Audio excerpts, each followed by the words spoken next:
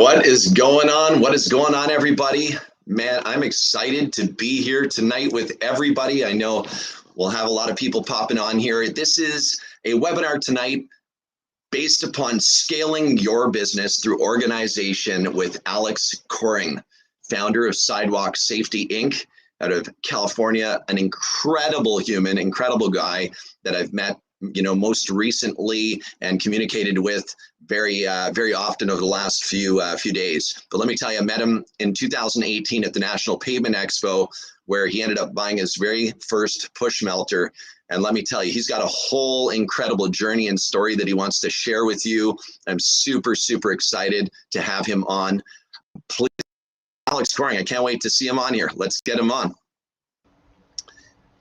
Alex, what's up? Hey, how's it going, Jeff?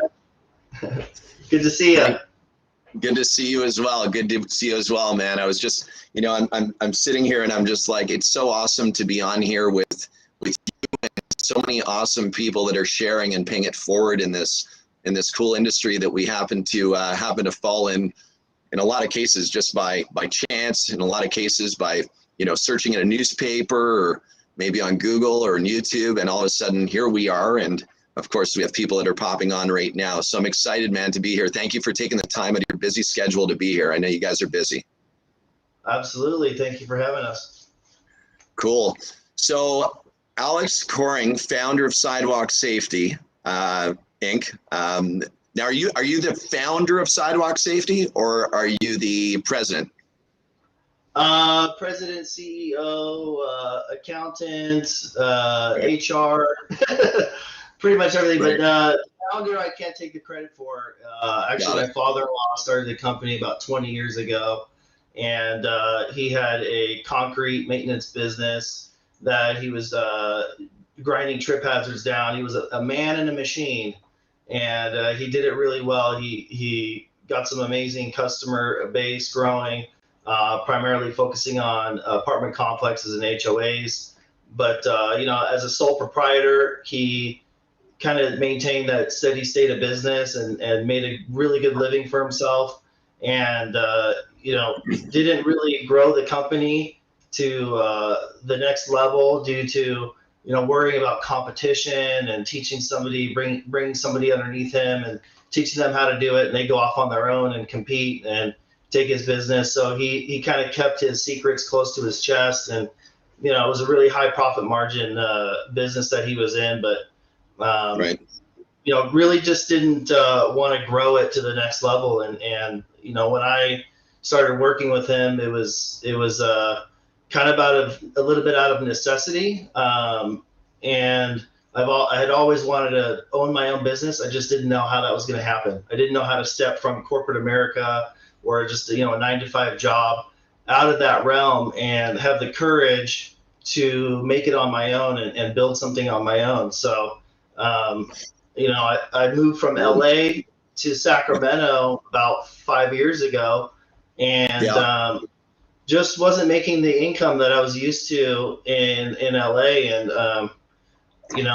kind of couldn't pay the bills and was struggling in that regard. And I approached him with, hey, let me help you in your business, and let's see if we can make something happen here. So that was kind of how it started. It started, he worked out of his home. He had a base of operations in Fresno, and I was in Sacramento, so we were about 300 miles apart.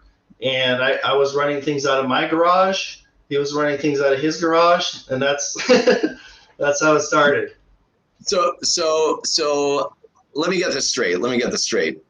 You had absolutely no experience in the asphalt maintenance industry whatsoever growing up through your youth, through your teens, and through your young adulthood. I know you're probably 23 right now, but but through your young adulthood. in a week, 2 weeks. Yeah. Yeah. So did you had zero experience though, actually, like in with concrete or asphalt growing up? No, zero experience. But I learned a lot from my dad. He did a lot of remodeling. That my parents would buy homes and they would fix them up, and I'd kind of watch and maybe help out a little bit here and there. But I think it's just having a strong work ethic, and really a passion for building things with my hands, and having that pride of stepping back after you've completed a project and looking at it and just saying, wow, I did that with my own hands, and that's going to stand forever. Like this office you see behind me, I built with my own two hands. Like let's swivel the camera out to show you, but yeah, it was a little shed on a property that I bought that had a lawnmower in it, and I turned it into a nice office. I just like doing things with my hands. You know, had that experience. That's not all. That's not all you've built with your hands, though. I mean, you went through a journey. I mean, you're selling medical devices and stuff, and going through that journey as well. So I mean, you were using your mouth, but were you actually physically rolling with medical devices to present and sell with that kind of stuff?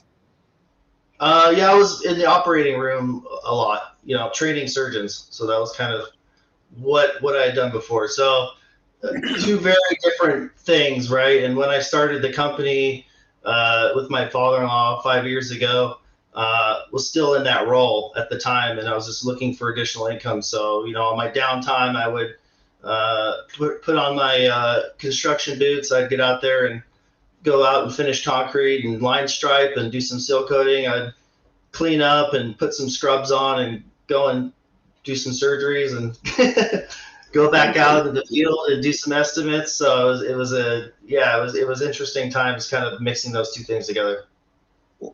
I heard you say this the other day with me. It was like you were Superman and then Clark Kent kind of a thing all at the same. Yeah, kind of had that little role. That's awesome. It was like the switching outfits, right? Like scrubs and then construction gear, and then in the car changing clothes and, you know, changing roles. Awesome. So yeah.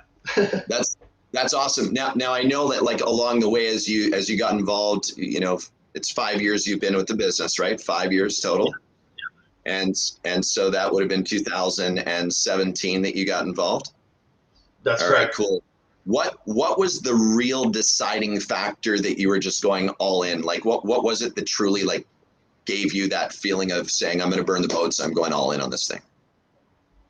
I guess a better question is, you know, when did that happen? And yeah, I think that from the minute, like, so in 2016 and Thanksgiving of 2016, we went out to my in-laws in Texas for Thanksgiving, and my father-in-law's brother-in-law had a concrete business out there too, doing the same thing. He actually taught my father-in-law how to do the concrete business, and you know, he had a slightly different operation. He had 3 people working for him, and he was making, you know, a really nice living, going out and doing estimates, and you know, he would do some payroll and things like that. I really didn't know how much was involved at that point, because you never do when you're just starting a business. But I kind of looked at Gary and I said, hey, Gary, how do we take like what you have here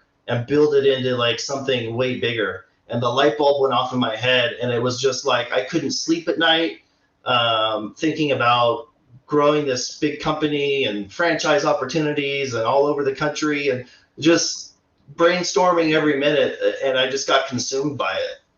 It was pretty invigorating and liberating to know that, like, that dream of having that business that I'd always had could now come to fruition. Yeah, and that's when it happened. It's absolutely awesome, man. And now, you know, we were talking about working with the hands and your own office and really getting things going. Along the way, too, you had to figure out how to not just work with your hands, but you had to actually figure out how to really develop the business. So you come into a business, it's not just about like closing a deal, doing the work, and then like hoping that customer comes back later on and comes back for the repeat business. Can you tell us a little bit about how your business literally has, I believe you said 7x'd in 5 years. Is that correct? 7x? So, yeah, 7x from what my father-in-law was doing.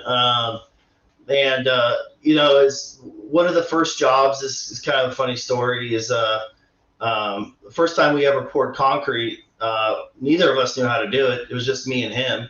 And my gardener had a dump trailer, and he was you know, willing to help out. I think I paid him like $300 for the day, and he had like 10 years of concrete experience. And he came out and helped us and showed us how to do one job.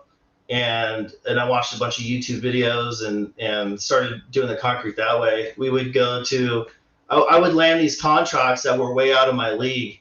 And I was like bidding on pool decks and like just all kinds of things, patios. I had no idea how to do any of this stuff, right?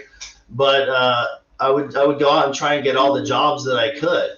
And I remember kind of one of our first biggest projects, like the biggest project we had, it was like 9 areas on a property we were ripping out. And I showed up in Santa Rosa with our truck and went to Home Depot and rented a trailer and picked up a couple of guys that were standing outside. Like I just was flying by the seat of my pants. I had no idea what I was doing. So, yeah, it was interesting times. But you learn as you go, and you're going to make mistakes. The first line striping job I ever did, you know, I bought this brand new 3900 line laser. It was like $9,000 machine, right? I take it out there and I don't put the spray tip in correctly, and like literally the entire machine blows up.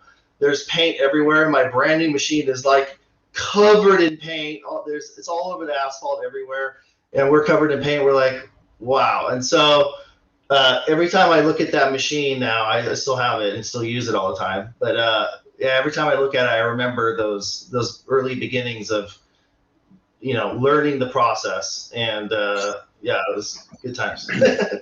I know. I dealt with very similar situations, like 55-gallon drums that ended up getting, you know, they were of course sealed tight, and because of the heat, they got pretty darn pressurized, and we went to open the bunghole, and let me tell you, it was not a pretty sight. There was a sealer shower that was everywhere, all over a parking lot with cars in it, and it was like, oh, wow. You know, yeah, wild. But I mean, you know, at the end of the day, we're in the business to be able to, you know, challenge these things if they do arise, and do what's right. That's the really important thing, is if you screw up or something goes wrong, you do what's right. So whether a paint machine blows up or a sealer or whatever it is, we go through that. I know that Don Manzo's on right now, and he told me a story about his, you know, he had a tote of sealer, and that the hose came off, and it literally just dumped sealer all down the driveway, all over the road, and he had to take a walk around the block. He was going to throw in the towel, but then he just took a deep breath, fixed it, and kept challenging. And that's the difference between somebody who's a warrior and goes after their dreams, or, you know, hey, listen, I'm just going to give up and go back to a 9-to-5 or something like that. Sure. And, Sure. And so I have a question for you. Like, when did the light bulb go off that you really needed to focus in on the systems and the processes? Because we've been discussing that lately. And, you know, even before we got on here, I was like, for the audience, I want to kind of go through this and simplify it. I think simplifying life is really a good thing. And you know, and so can you speak to the automation and to the processes and the importance of having those in place for your business? Yeah, you know, when we started out, I just kind of adopted the system that Gary had put in place. And, you know, he'd go out to a property and he'd walk it with a paper map that the, you know, mostly apartment complex, but they would provide a property map with little building, you know, blocks on it. If they didn't have that, he would draw it by hand. And then he would take a pencil and bubble in areas on the property that needed maintenance and count them up manually, which is fine, but it's prone to human error, and it worked for him. And he would take that and he would fax it to his clients for a while. And then, you know, I think 2 years before I started working with him, he finally was doing emails and things like that. So he was running his business that way. So when I came on board and I started doing estimating, I was, you know, utilizing the same process. But then it was like, hey, Gary, you're going to go out and do the work, but I have the piece of paper with the bubbles on it. So how do I get that to you, and how do we communicate that back and forth? So out of necessity, you run into challenges in your business, like operationally, that are slowing you down, that don't make sense. And you need to find creative solutions to overcome those challenges. And so with that one in particular, estimating, I looked to finding an online solution that could be shared with anybody, regardless of where they are, and started investigating different options of geo-mapping devices and applications. We ended up falling on like Google, using Google Maps.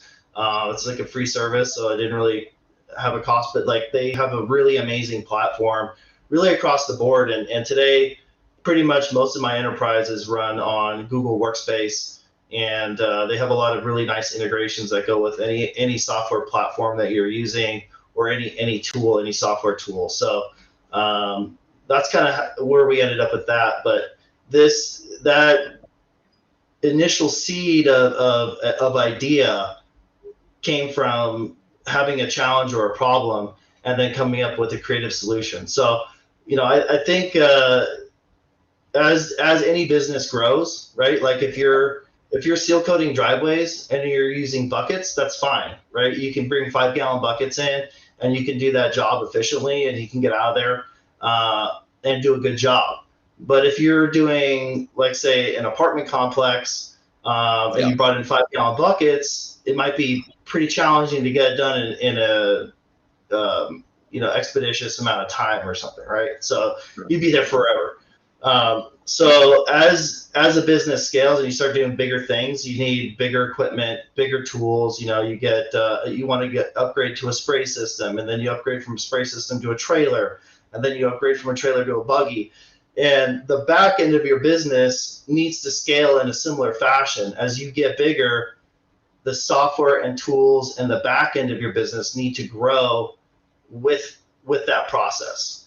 And so, with me, it was because I kind of had that other job I was working, I had a little bit of a safety net, and decided, okay, I'm going to go from the beginning, I'm going to go all in on process, like 100%, and just build this company like it was a $25 million company, even though like we're not even near that, right? But build the process out so that it could be scaled, and anybody could step into that in any role, and just immediately take on whatever responsibility that was, and grow the business accordingly.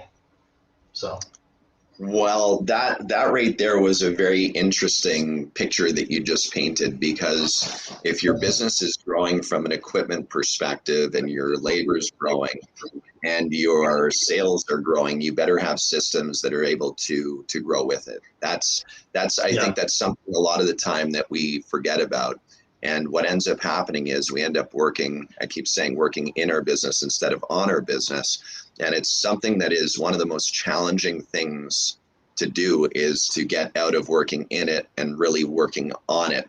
And from a process perspective, that's a pure example of really, when you treated it as a $25 million company, even though it wasn't, and you took the time to do that, that's working on your business. And that, right. I'm sure that's changed your business dramatically, has it not? Yeah, it has. I'd say like the first year, really it was all sweat equity. I really didn't take much personally out of the business financially. And that first year, we grew, I think like $40,000 or something. We grew the business, right? But that was really implementing all the processes and putting them in place. And then at the end of that first year, I hired actually my mother-in-law, so it really is a family business, but I brought her out from Vegas. She was living in Vegas, and I said, hey, come move out with me, and we'll work together. Yeah. And, bringing her on board really helped scale things. Like, she was instrumental in doing things. Like, I could be out in the field doing estimates or doing work, and somebody could take phone calls and handle the customers. And I didn't have to get distracted from really working sort of in the business at that point. But for the first year, it was almost 100% working on the business. Yeah. Yeah. And the thing too, like when we were speaking yesterday on the AK Roundtable, we were having a chat about some of the reasons why we actually build the processes, is not only just for the business to operate more smoothly and give the customer a better experience, but it also provides the framework that's needed to onboard new staff, to be able to understand that there's actually framework that exists, and staff generally speaking prefer process than not at all. If you have staff that don't want the process, well, they're probably not the right teammates, right? But but certainly, can you speak to that? Has that helped you? Has that helped you with has it helped your teammates or members really feel like they have something that they can be guided by or they can follow? Yeah, I think our onboarding process now is we've kind of fine tuned that, right? So when we do interviews and then bring people on board, we didn't have any company gear like hats and shirts or whatever, and so you hand that over to somebody. They've been with you like 90 days and they get shirted, right? You bring them on board, now they feel like they're a part of the team. Right. And I have a pretty dialed in process for all the intake paperwork. It's all looks very professional. So I think they take us seriously from the beginning. And then my foreman does a lot of the training with the staff, and it's really like a formalized process. You can do things a lot of different ways, and then you figure out what's the best and most efficient way, and then you sort of build a structure around that, and then you can reproduce that like time and time again, and you don't have to think about it, right? So that you don't want to do something new every time. You want to build a process, put it into place, and then make that reproducible so that everyone that gets onboarded goes through the same process. And it takes a lot of busy work off of an owner operator, if you will. Yeah, from doing that, trying to think about it every time. It's so important. Like, and I urge everybody who's watching right now and anybody who watches this to really go into the granular aspects of what you're building and lay it out. And as an owner operator, a lot of the time it's all here. It's Sure. it's all here. You know what to do, but laying it out on paper sometimes is something that really allows you to really get it from there onto paper, and then you can start really dissecting it and determining if there's shortcuts that will improve the process and give a better customer experience and give you a better experience as well. Imagine what it would be like to get an extra 15 or 20 minutes back every single day, for example, right? Sure. Maybe have you found ways? First off, I just want to give a huge shout out before I ask this question. I want to ask you: have you found ways to get time back in a day to focus on things that might be a little bit more important for your business? That's the question. But before we hop on the answer to that, I want to just say hello to Les Hawk from Ontario, Canada. Rodney Hilton, good afternoon. Thank you for joining Rodney. We've got Don Manzo on saying, let's go, baby. We've got Amy on saying wild to what you're speaking about in your journey so far. We've got Adam Chapman asking, what spray tip do you recommend for residential?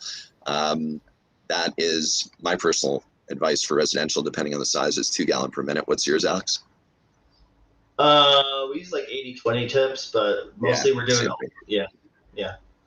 80-20. Mostly, Yeah, that's right. A lot of the lots that we're doing are they have covered parking, so you get into that aspect where you're spraying and then you get it on the post. So we use I watched the video you put out a while ago with the I'm not sure what you call it, but it's like the spray guard. Yeah.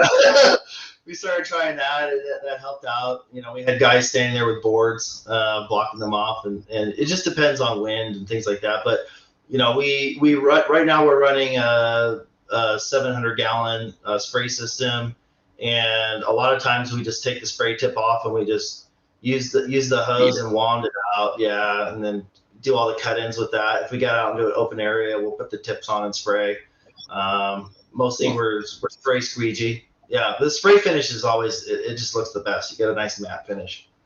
For sure. We also have Christopher Filippelli on. Man, I got to give you a call, Chris. It's been too long. Christopher Filippelli, he's actually, we did a webinar together. It's on our YouTube channel. Young, hardworking, He's a G, man. He's rocking it. He's the beautiful paving company, asphalt maintenance. He's built the hell out of the business with his pops, and it's just awesome to see him growing and shining. All right, so everybody, if you want to, if anybody that's on here, go ahead, pop questions in and stuff. We'll definitely be doing a Q&A at the end. Feel free to pop those in. Feel free to like and share this too. Spread the love. And so back to the question, Alex, have you found ways to get time back every day, and maybe kind of give some advice around that?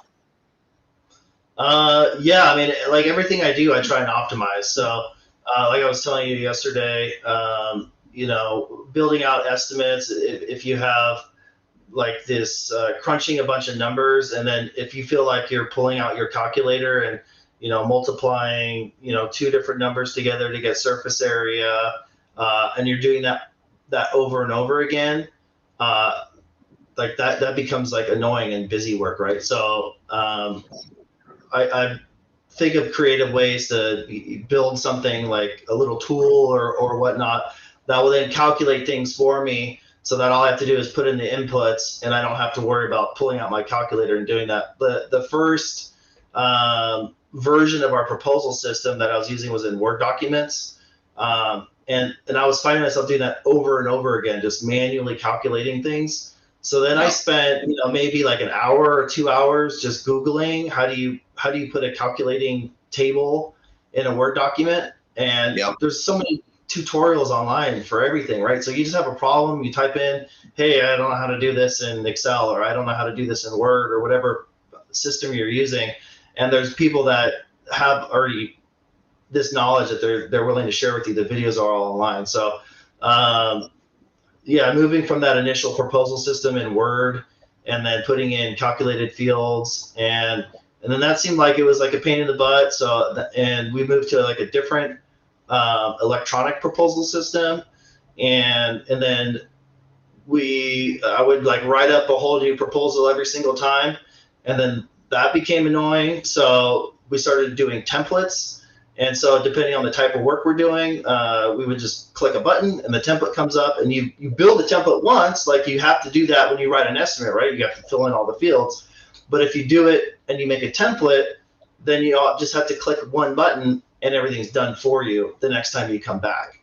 So I would say using templates and sort of standardizing process, that saves a ton of time. Yeah. For sure. And do you find that also, like when you're getting your jobs done, are you taking like before photos before you do every job, and are you taking after photos? And if so, what are you doing with that stuff afterwards? Yeah, so when we go out and do estimates on a job, we, like I said, before, we're using a map system, and everything is geolocated on a property. And then the customer gets a customer-facing version of that, and they can click on it, and then they can see what needs to be done on the property. And then when they sign off on the work, that proposal gets moved into a project, and a project map gets built. Sometimes they might only sign off on like half the work that's in the proposal. So we were running into issues where the workers would go out and they would like do the entire estimate, but the customer had only paid for half of it, or they would do the wrong area because that was also in part of the estimate maps that we had. So we split that out and moved to project maps, and then now we send a link to the clients, and they get all the before and after pictures, and then we have a record of that stays with the property for like forever. So if there was any issues down the line and they say, oh well, this wasn't done correctly, we can pull back up their project map and show them the pictures before and after and what it looked like when we were done. So there's no questions about the quality of work that we're doing. Got it. So I have a real solid, like straight up question for you. I know these are all questions that people I'm sure are hopefully finding helpful, but I've got a real solid question for you. And it's, do you actually love what you do? Do you enjoy what you do ultimately, and why do you love it? Yeah, I mean, that's a great question, right? Like I think when you wake up in the morning, you don't want to feel that you're going to a job, or oh, it's another day, or it's some kind of drudgery that you're just trying to make it through the day. I love what I do so much that I don't even consider it work, you know. And I think my wife would probably say I work a little too much. And I get up at 6 in the morning, and I'm probably working most days by 7:30, unless I'm out in the field, and it could be even earlier than that. But yeah, I work all day till about 5, and then put the kids to bed and do the family stuff. And when the wife goes to sleep, I work from like 9 till midnight every night. But it doesn't feel like work. At least that's what I've been doing for like the last 5 years. Hopefully, I'll get a little bit time back in my day now, but it never feels like work. It's like a passion. Yeah. So it's nice. Yeah, I love what I do too, man. I love what I do too. It's pretty cool when you can find something that you love and you can wake up excited about. A lot of the time I'll wake up at like 4 o'clock, sometimes 3 o'clock. Yesterday was crazy, but it was like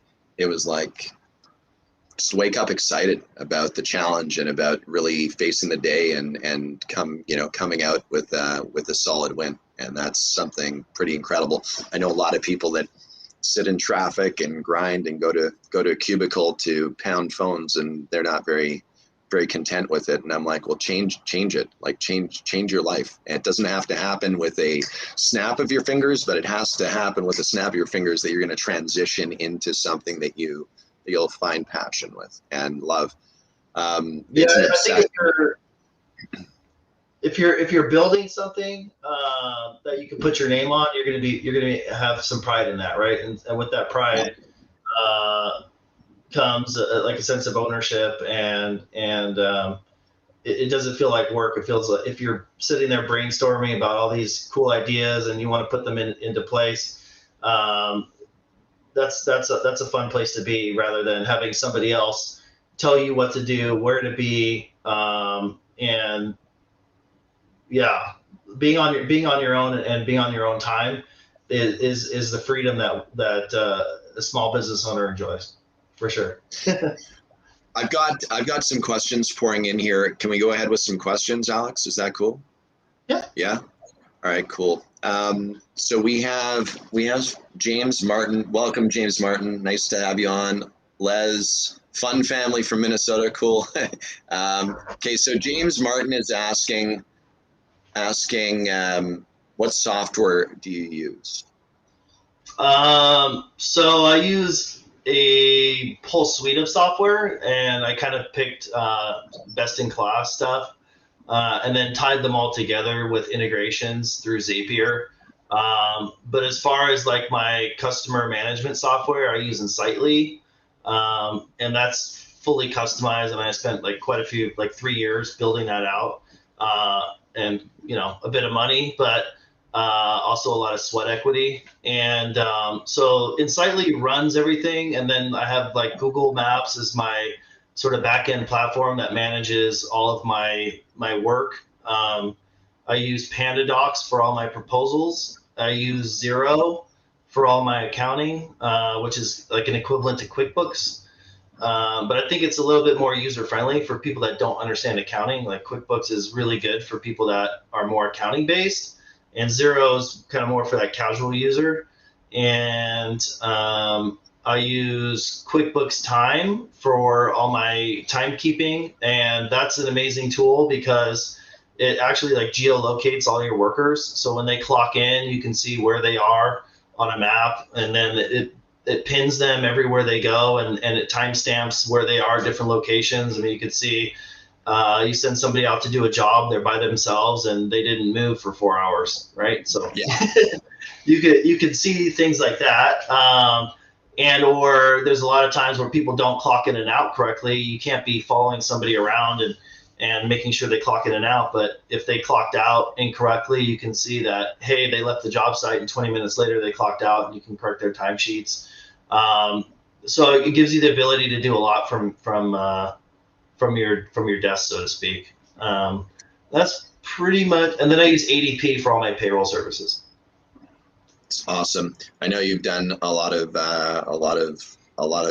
work for 3 years on that, and it's a lot. You showed me a lot of the inside of it. It was very special. I'll just say very important.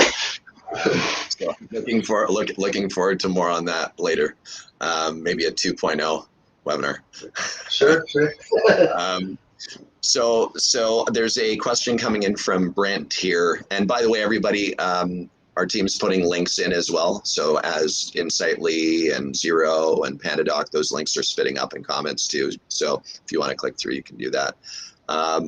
Also, Brent Toller asks, barriers to entry are so low in this industry. How do you compete with people who do this as a hobby job business? I'm not sure I understand the question. Do I see people that have hobbies that compete with me? I mean, mostly I'm competing against like the big guys, and I'm the hobby guy, right? Compared to some of these big asphalt companies, and they have 10 trucks, and I'll bid out a property, and I'll say, hey, this is going to take me 3 days, and they'll say it takes me 2 days, and if I did it in 3 days, I'd lose money. And their cost is a lot less than mine. Although the way that I run my business is we're busy enough right now with like the amount of people we have and the amount of equipment that we have that I only take high margin jobs. So like if we're gonna step foot on a property, we're gonna walk away with some money. And hopefully, you don't have any go backs. We call them go backs. But if something's not done and you have to like send workers back, and that messes with the schedule. But as far as like competing against hobbyists, I don't really see that out there too much. Because I'm in the working with property management companies mostly. So we'll go and find a new management company, or a lead will come in. And they'll have control of 10, 15, 20 properties in our geography. And then we go out and do one job for them. And then they really like our work, and we establish a relationship. And then they just send us to the next property, and then the next property, and so on and so forth. So, I think it's all about really, it doesn't matter how big you are. You make a really good impression on that first person, and then it's referrals and word of mouth, and you build your brand around integrity and good work ethic and quality work, and your business will grow regardless, right? Yes, I love it, and it all makes so much sense. The thing that I gotta bring up, because I speak with so many business owners that are growing their business, not just in the pavement industry, like all over, and the thing that happens is that people a lot of the time just replicate what other people are doing from a sales process perspective, and the way that they actually are presenting the sales pitch and the way that they're trying to deliver value. It's the same as everybody else. And today people want unique, people want different. They want something that's going to be impressive, that's not going to be some salesy spiel, like that's going to be about, hey, we're coming to seal coat your parking lot and repair your cracks, and we're the cheapest on the planet. It's we need to kick back and kind of slow down to speed up here, and we need to identify whether or not we've actually gone through a sales training course for what it is that we're actually selling. And when I say course, I'm not talking about going to sit down in a classroom. I'm talking about speaking with the G's in our industry, like the people who have been there, done that, or really, that understand how to present and do it. People who actually have scaled and grown their business 7x. People who have actually really built a future that's bright and solid, where they have the freedom to do whatever they want to do. You want to connect with those people and create a circle that allows you to really understand the way you need to be presenting, and then practice it. Every sport, every athlete that I know in NBA and NHL and the NBA, these people are practicing. Why are they practicing so hard? Because they're the elite. They're the upper echelon of the way that they actually compete.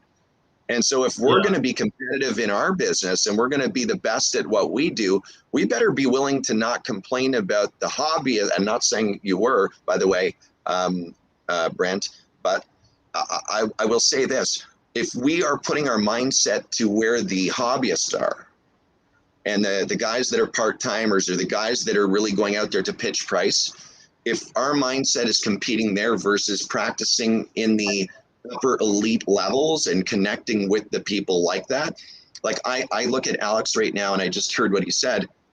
He doesn't even think about it. It's not even, it doesn't, that's not where your mind is. Your mind is, I'm after the big guys.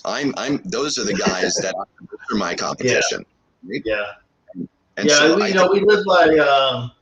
live by two mottos. And this is like really the foundation of our business. This is my father-in-law, Gary, is his saying from the beginning, and he says to every customer, and he says it to every guy that we hire on. We have company meetings, and he'll get up in front and he'll set the stage of the attitude that we want to have is, if you're not happy, we're not happy. Number one. And number two is, we'll work within your budget. So we might go onto a property and say, hey, it's $60,000 for all the work that you need. And they don't have a budget for that. But if you're not asking the questions like up front, when you go out and you do an estimate, has this been budgeted for? When are you planning on doing the work? And then you get an idea of like what their expectations are. They might want to do like for instance, we just did a project last week. We finished up. I bid on this property for seal coating for like 3 years, right? And I chased it and like, oh, we're going to do it this year, and it didn't. Oh, we're going to do it this year, and it didn't happen. And finally, they had a tenant complain about a handicap ramp. So we went out and we ripped out 2 areas of asphalt, two patches of concrete, put in ADA ramps and truncated domes, and put in some 2 different signposts with the handicap, and restriped the whole thing, access aisles, and repave. And at the end of that job, she said, I'm going to the regional manager and I'm getting them to sign the contract right now for your seal coating bid. And I've been chasing that for 3 years, right?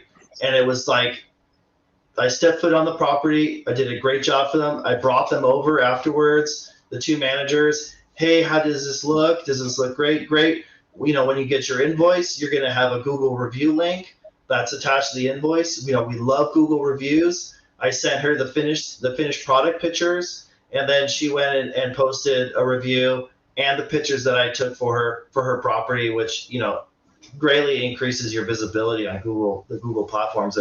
And you want to make sure that if somebody gives you a good review, or even a bad review, more importantly, but any review that you get that you respond to immediately, there's an algorithm in Google that if you respond within 24 hours to a review, your visibility goes up, exponentially by interacting with your customers through their platform.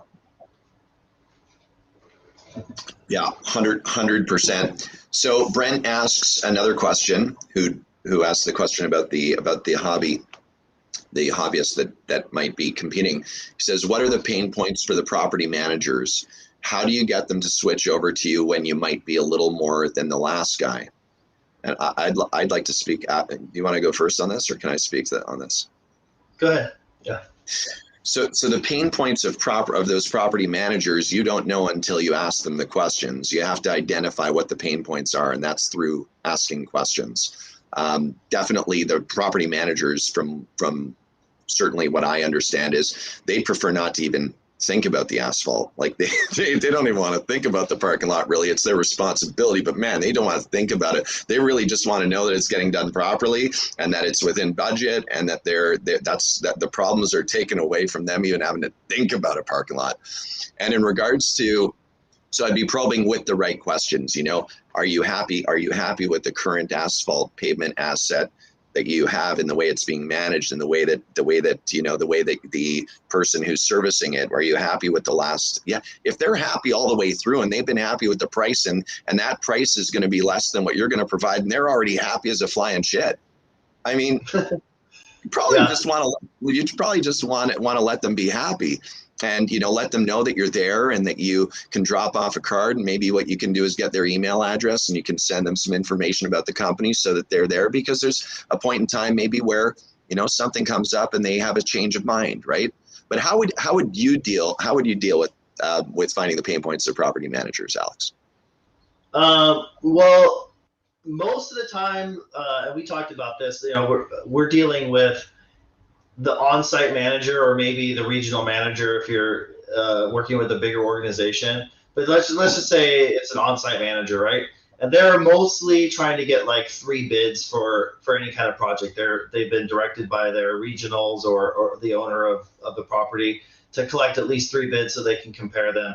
Um, it's kind of like funnily, like a lot of times you don't want to be the lowest bid, or at least too low, because then like, what's wrong with this company? Why is it too low compared to these other 2 bids, right? So if you have this sort of bidding contest, where do you want to be? And typically the middle is good, but if you're not the middle and you're the high, you want to make it easy for them to say yes, right? So they have to collect these bids. And the thing that you would know about contractors is that if you had 3 people come out and walk a property, they'd all 3 bids would be completely different, saying they needed different things. None of them would match up. There's no apples to apples. I have other property managers give me a spec from another contract. I'm like, what is this? Like, why would they do that work? Like, why are they recommending that? It doesn't make any sense to me, right? So I think the way you present your solution, and you have to present a solution, and you have to make it easy for them to say yes, and sort of regardless of the price, even if you're a little bit more, but it makes more sense to them. That's something that they can take and they can go and present to the person that that holds the checkbook. And so make it easy to understand, make it clear and concise. And one of the things that I started doing recently is doing Google Meets for proposal reviews. So I get on my computer, I'm on a camera, I'm sharing the proposal online with them. I have my company background behind me, it's like blurred out, but it's like my logo and the asphalt and the concrete. I don't know if I showed that to you the other day. I was kind of clicking on backgrounds, but yeah, I do that through Google. And when you walk somebody through the proposal and you show them, you click and you say, oh, here's all the pictures, and here's the area, and here's the measurements, and here's the issues with this, and this is why we need to do it. And they completely understand the proposal. It's easy for them to say yes, regardless of the price. I mean, we're speaking about differentiating and doing things that are unique and impressive and like standing out. I mean, look at the colors you're wearing. Look at the hat you're wearing. I mean, you do that. You wear that all the time. I'm sure. I wear my AK shirt all the time. It's you live, breathe, and sweat it, and cry it, and it's awesome, dude. And then to differentiate like that, I'd be very interested in doing like an industry-wide survey of who actually presents that way, and what their closing rates are versus the old school way. It would be very interesting to see, right? I kind of shared with you my numbers the other day. Our close rate is 42%. So I don't know how that compares. I think you were thinking maybe it should be 50%. So I kind of like thought maybe we should do a little bit better. But no, 32% is what I said. Is 32. Yeah. Okay. Yeah. So I guess we're a little bit higher than maybe the average, but yeah, we track all that information as well. So but yeah, the close rate, I'm pretty happy with that, and our margins are pretty good too. So the thing is that if you have a fixed cost of running your business every month, you need to bring in X amount to keep the lights on, right? And if you have a certain amount of margin, you can just imagine, okay, if I doubled my business, then if you take care of your operational costs, the rest of that goes into buying new equipment, scaling your operation, taking your wife on a vacation, whatever you want to do, right? So, right. Yeah, scaling the business, keeping good margins, and keeping your operational costs low, like really helps you grow your business, because then you can reinvest that money back into your business. Where did the name Sidewalk Safety come from is a question. So the company under my father-in-law, Gary, was Sidewalk Grinding. And because I wanted to branch out and do not just grinding, I would do concrete and then at that point, when I came up with the name Sidewalk Safety, wasn't thinking about asphalt. But changing the name from Sidewalk Grinding to Sidewalk Safety was something that I thought was a little bit more sort of broad in spectrum. And, you know, I mentioned to you, but like, I think it was, well, I must have been in the business about a year. And then I was looking at ways to do crack sealing and concrete. And a Google search brought your video up of doing a promo on an RY10 video of this is how you can make $1 a linear foot. And I saw you for the first time, and the light bulb went off in my head. We're walking past asphalt every day. Why aren't we bidding on this stuff? And literally, you're the reason, Judd, that I got into the asphalt business. No kidding. Watching that one video. No shit. Yeah, you said that. I wasn't sure if you were joking or not, but you're serious. No shit. I watched your promo video on the Rhino Works RY10 Pro, and I said I want to make that money. I want to make $1 a linear foot. Now here's the big question: how much do you have in the books from January 1st, 2022, as it relates to asphalt work? How much is already in book business? Yeah. Yeah, I don't know if I'd want to disclose like my figures on, you know. But we'll just say it's a great number. Yeah, it's like, you know, in the multiple six figures. Yeah. I didn't need the exact number, but I want people to realize that sometimes in life you stumble across something ends up lighting up. It comes from an idea. You become creative with that idea, and you start to follow that journey of letting your journey unfold. It's such a cool thing. It's like we were talking about the other day about like a bucket, a 5-gallon pail, right? Like a 5-gallon pail. If you think about what that 5-gallon pail has actually created and what that one block of crack filler unfolded, it's pretty cool stuff. And you know, it's the journey, right? So that's awesome. As it relates to, so you know, like here we go. How much would you charge for a 360,000 square foot parking lot, crack seal and stripes? That's one of the toughest questions to answer in the world, dude. Like it would completely depend on the geography. So if I was doing that in Sacramento, it'd be like 11 cents. That would get me the job, right? Crack sealed too. Crack sealed too. Crack sealed as well. Yeah. Really? Yeah. 11 cents a square. Yeah, that's what the guys I'm competing with in Sacramento. Now, if I went to like 50 miles outside of Sac, or went to like Santa Rosa where it's Bay Area prices, or even the Bay Area, I could get probably 18 to 20 cents per square. Yeah. Got it. Eric Lastly, what's up? He goes, hell no. He's up in Michigan. He's like, and that includes crack seal, like hot pour, like you're gonna crack seal and seal coat 11 cents a square foot.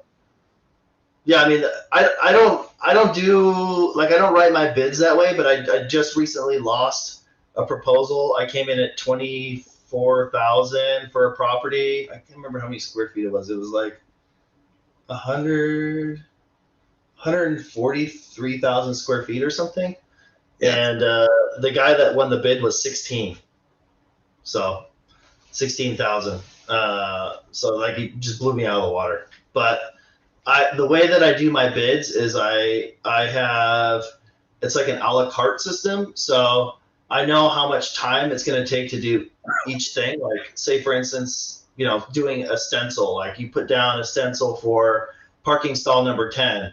And I only have like one of those, or like say it's a compact and you got to spray that and you have like 8 of them, but then now you have wet paint on your one stencil. So like, maybe you get 2 or 3 stencils. It kind of speeds things up a little bit because you don't have any dry time. But I know that what my cost is and how much time it's going to take me to do a certain amount of these stencils. And so I have a price per stencil, and then I put it in like an a la carte, and I say like, you know, reserved, compact, ADA parking, you know, parking stall numbers, and there's like a price associated with each, and then I just change the quantity. and I build it out like a menu.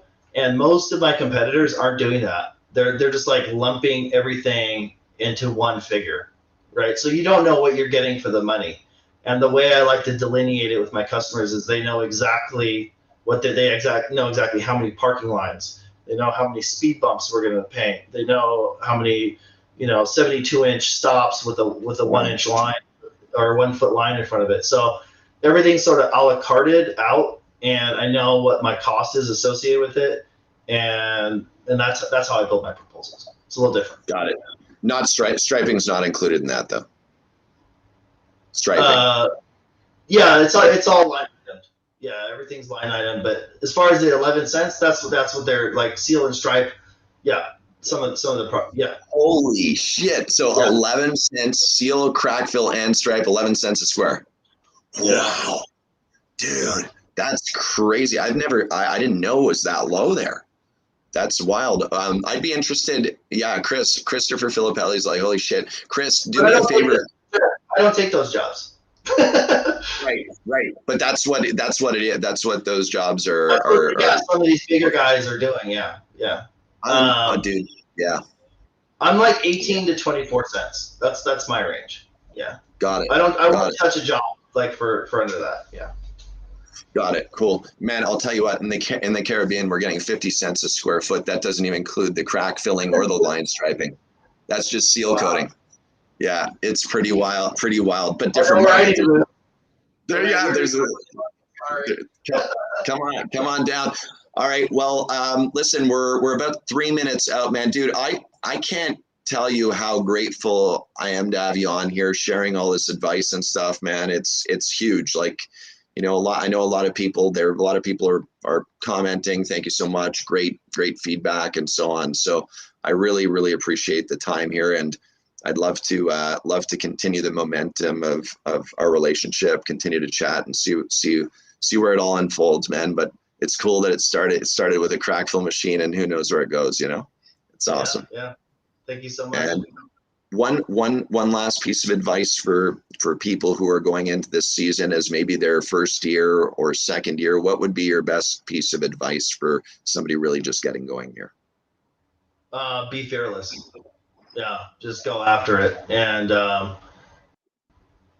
if you have that energy and that excitement about what you're doing, and you just don't let obstacles get in your way. I mean, there's going to be days that like the line striper blows up on you, or you close a 700-gallon seal coat tank and you leave it over the weekend and it's full, and you come back and the entire thing almost blew up. You're going to have days like that, right? But don't throw in the towel. Be fearless, and have a strategy. Number one thing is know where you're going and know where you came from.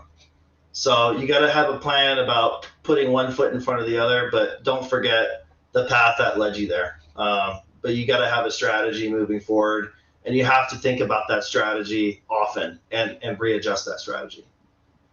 Such great advice. Thank you so much, Alex, for sharing everything here tonight. And everybody who's watching, everybody who found this valuable, share it out with people that you think might be finding this valuable as well. And let's keep the momentum going, guys. Pay it forward.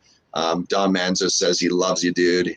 He's from Local Seal Coating out of Long Island. We've got Rodney Hilton on. Everybody's here. Big Chief, all kinds of great people on here. So share this out, guys. Alex Coring, we'll talk to you soon, man. Probably tomorrow. Okay, thanks. Nice. Thanks, Mark.